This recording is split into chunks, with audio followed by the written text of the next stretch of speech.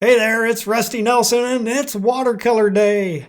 Today I'm not painting any kind of a scene or anything. I'm just going to show you a whole bunch of things that I see students doing wrong when they're getting started painting with watercolor. Things I've noticed in my watercolor classes. A lot of my students taking this intro to watercolor class are non-majors, may have never done anything creative or with paints and wet stuff before. So they have a great big learning curve to get over in that first few weeks of painting with watercolor in my class. So I thought I'd go over some of the biggest things that I see that they're doing incorrectly and give you an idea so you can see it and recognize whether or not you're doing it in your efforts while you're trying to learn watercolor as well. So let's get started on this.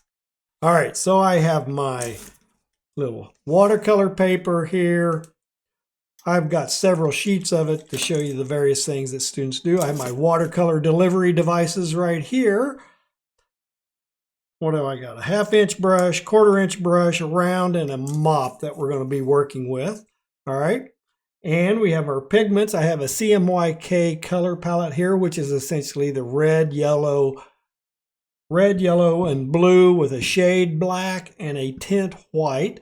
So that in itself creates a whole series of problems for students as they're trying to figure out watercolor, is just how to make colors right on the paper without necessarily mixing everything all the time, and how to get the pigment onto the paper. That's the biggest challenge, I think. So with that in mind, I'm going to grab my 1/2 inch synthetic flat right here and show you essentially the basic things that I want students to understand and know, and then what they'll do when after I've shown them how to do it. So I'm going to mix up some violet right here. All right, that's a nice violet. And if you notice, I'm making a pretty good sized puddle. All right. And one of the first problems students have is mixing up enough of a puddle of saturated color to apply to the paper. And you know, if you've watched any of my previous videos, and if you haven't, I'll go over them real quick. You've got 4 states of watercolor that you have to work with, and they deal with the state of the wetness or dryness of the paper and the wetness and the dryness of your brush, and the saturation, how much pigment is in that solution that you're going to apply to the paper. So we have the 4 states, which are wet on wet, wet on dry, dry on wet, and dry on dry. So those are the 4 states of how that pigment is applied or removed from the paper. And right now I've got a pretty thick, and it's probably a coffee bordering on milk consistency of pigment. So it's well saturated, lots of color in that puddle that I just mixed up there. And the next problem students typically have is they will not squirt enough pigment into their palette. They put a little dibby dab on the palette, and they're being conservative. I mean, the pigments cost money. Even student grade stuff costs a amount of money.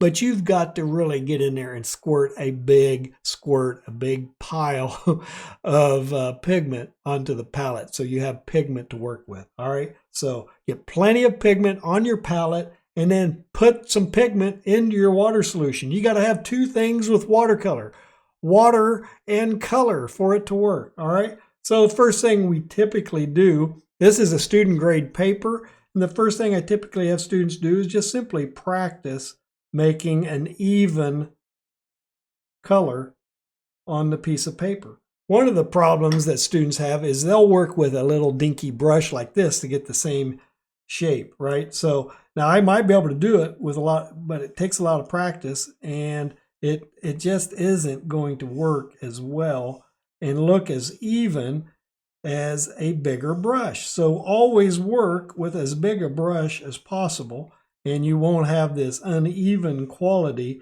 by using a little dinky brush.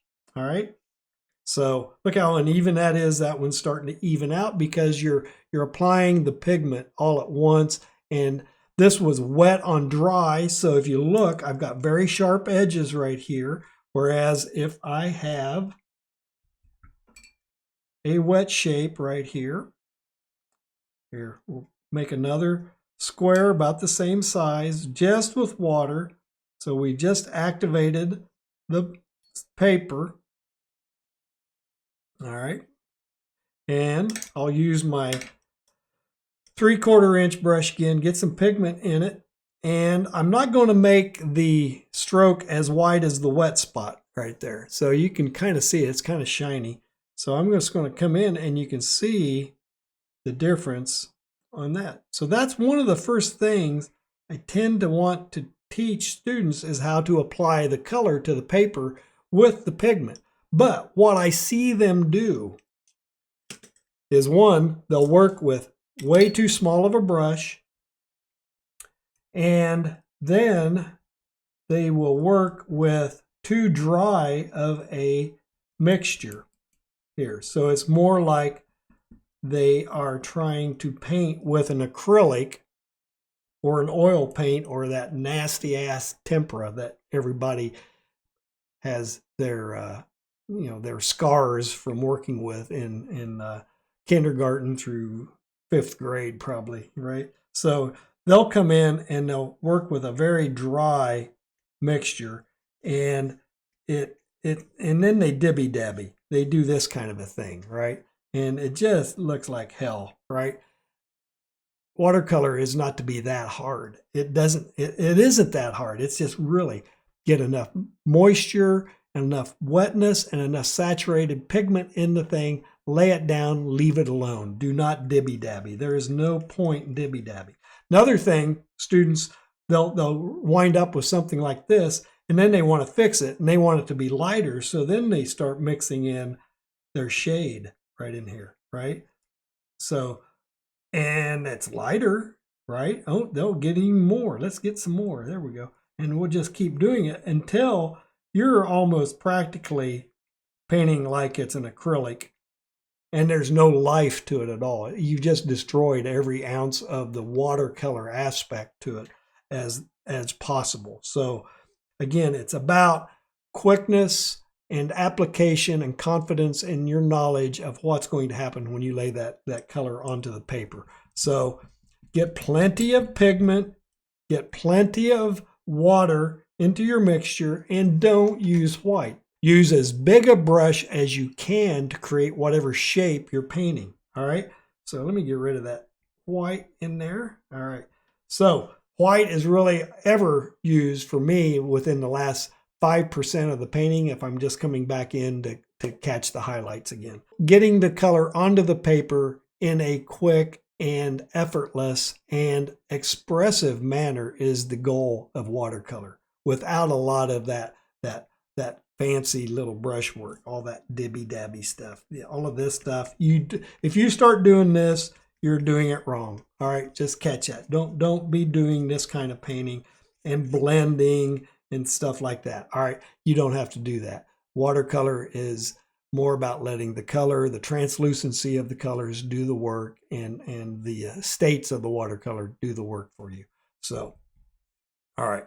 So now I have shown students in the past the tricks about fixing and removing pigment on an area. So this is a fairly dry spot. I can feel a little moisture yet, but with just a damp brush, you can come back in and remove some pigment, right? And just keep working it. And it can be controlled, or you can pick out shapes. Let's get a lot of water here, and we'll pick out a circle here. We'll just kind of wet it down real quick, let it set for a second, and then come back in, and we can kind of pick out a lighter circle in that field of violet with my brush, all right? But you can't overwork it. You can't get it back to white. It will never be as white as the paper here, but relative to the color around it, it's going to be lighter. So you can pick that. But what I see students do is when they're doing this technique, they want to pick that circle out, and they'll really come in and they'll get aggressive with it. And it might even be a spot that hadn't even dried completely. right? So they come back in, they'll get more water, right? And they just keep working it. They think, oh, I'm going to get it clear back to white, right? But if you look, you can see it's starting to pill. We're starting to destroy the surface of that paper, and that's not good. You don't want to do that. Now, this student grade paper is not as tough as the good stuff. You can do some pretty serious digging and picking on good paper that you can't do on the student grade stuff. I've actually seen students pick holes in their paper by doing this right there. So don't keep picking until your paper pills. All right. I've even seen them get it pilled up when they're just trying to mix a color and dibby dabbing a lot right there. But you can see there's some really cool things that they're, with the small brush, I got some pretty cool things. Just keep that in mind that, I got these three stripes that have kind of fuzzy edges on it. This is nice even tone over here. And then you have this nice soft fuzzy edge right there. So that's just essentially the states of watercolor. That was wet on dry. That's wet on wet. That was wet on dry with some wet on wet going on inside it. And then this, what I'm doing picking wise, is dry on wet. And then lastly, I'll do a quick dry on dry. I loaded up my brush with all this pigment. I'm going to unload it so I can't splatter any pigment out. And then I can come in, and this is dry brush, dry on dry right there. So it's a textural technique, right? So, but your paper has to be dry for this one to work, all right? So just keep that in mind. I've seen students trying to do this in a wet area, and all it does is fuzz out after you apply it, or it lifts stuff off. So, all right. We got to use plenty of pigment, plenty of water. You don't want to overwork your areas with too much dibby dabbing. You don't want to use white in your mixing. Don't use white. Use it at the end just to recapture your highlights. Use as big a brush as possible. And what else do we have? Oh, I know what another one was. Drawing. Drawing with your brush. And this is really where I can see newbies and beginners when they're getting started, and everything they do, they want to make, a house, right? So this is kind of what they do with the house, and then they'll paint in their window and their door, right? And then they make their line. So it's very, very crude. It's overworked line. There's no line character. It's all linear. And then they'll come in and want to then maybe paint their color on the inside of it, right? And then that goes like that, right? Well, a couple of issues is the line quality sucked. And then they didn't let the initial drawing with the pigment dry before they came in with this big wet area. So it becomes this big muddy mess right there. So another problem is they always want to paint the outlines with black, whatever. It goes back to thinking that, whenever they draw, it's always with a black line. Whereas with watercolor, you can paint line, but it doesn't have to be black. It can be a color line. All right. So anyway, students have to practice and develop a sensitivity to mark making, the ability to make an interesting mark and control those marks as you make them. All right. So it's not this belabored mark like that. It has more flair and it has more character to it. So that's one of the key things that students have to develop a sensitivity to, is to mark making, line character, and the fact that lines do not have to be black. And also thinking that they need to think non-linearly first. So let's just get this. We'll make us a shape, right? We're going to make a house shape, all right? So we're going to put that house shape right here, right there. We'll throw it off. It's going to be 3 dimensions, right, like that, right? There it is. There we go.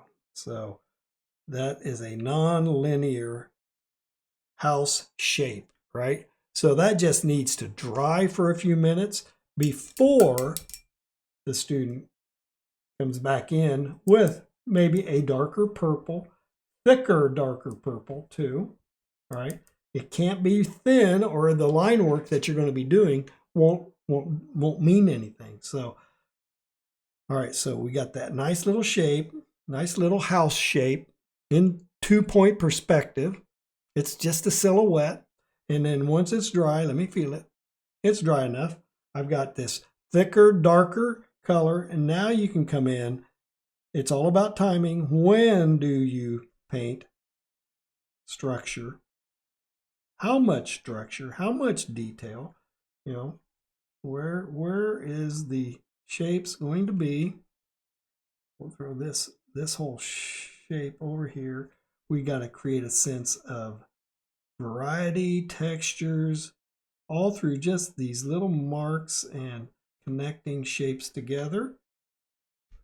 We'll get this underneath side right there. Look at that. We'll throw maybe a shadow line on the window, maybe one on the door right down there, and then we'll throw a shadow off of it. So we are actually building that's so tiny. I'm gonna have to zoom in on that. So it's a linear version and a non-linear version, but with drawing on top of it. So it's developing those sensitivities to the marks and the states and the stages of when you do what on your piece. All right, so I really haven't painted anything of any great value, but I do think I have shown you some of the no-nos and the things you got to be aware of when you're doing them, and either back away from them or know why you're doing them. So let me check my list here. So we've got too little of squirts of paint on your palette. Got to get plenty of paint on there. You have the not enough water and pigment in your application on the paper. You want to work with as big a brush as possible to get an even tone if that's what you're trying to do. When you're picking and removing paint with the dry on wet, so you're removing pigment, you don't want to pick so much that you're destroying the surface of the paper and picking a hole in your paper. Poor line quality, so develop that ability to paint a decent line with character and intent. No using white. Don't mix white with your colors. You're just destroying the saturation, the intensity, the chroma of the color. You'll never get as vibrant a color when you introduce white into the color. Hey, I hope this information was helpful. I really didn't create anything that looks all that good, but I hope there was plenty of information and value in this video. So if you think so, please drop me some comments. Give me a like and a subscribe. And if you think I'm doing anything on this channel that is really worth the monetary support, head over to my Patreon channel. Give me a $5 a month membership. Head into my video description. I have a bunch of affiliate links in there. I have a link to my website where you can download resources on figure drawing and drawing heads and hands. Bridgman method, Loomis method, and I think there's a little Riley method sketch out there that I did. So get over there, download some of those things, have fun with those resources, and I'll see you guys in the next tutorial.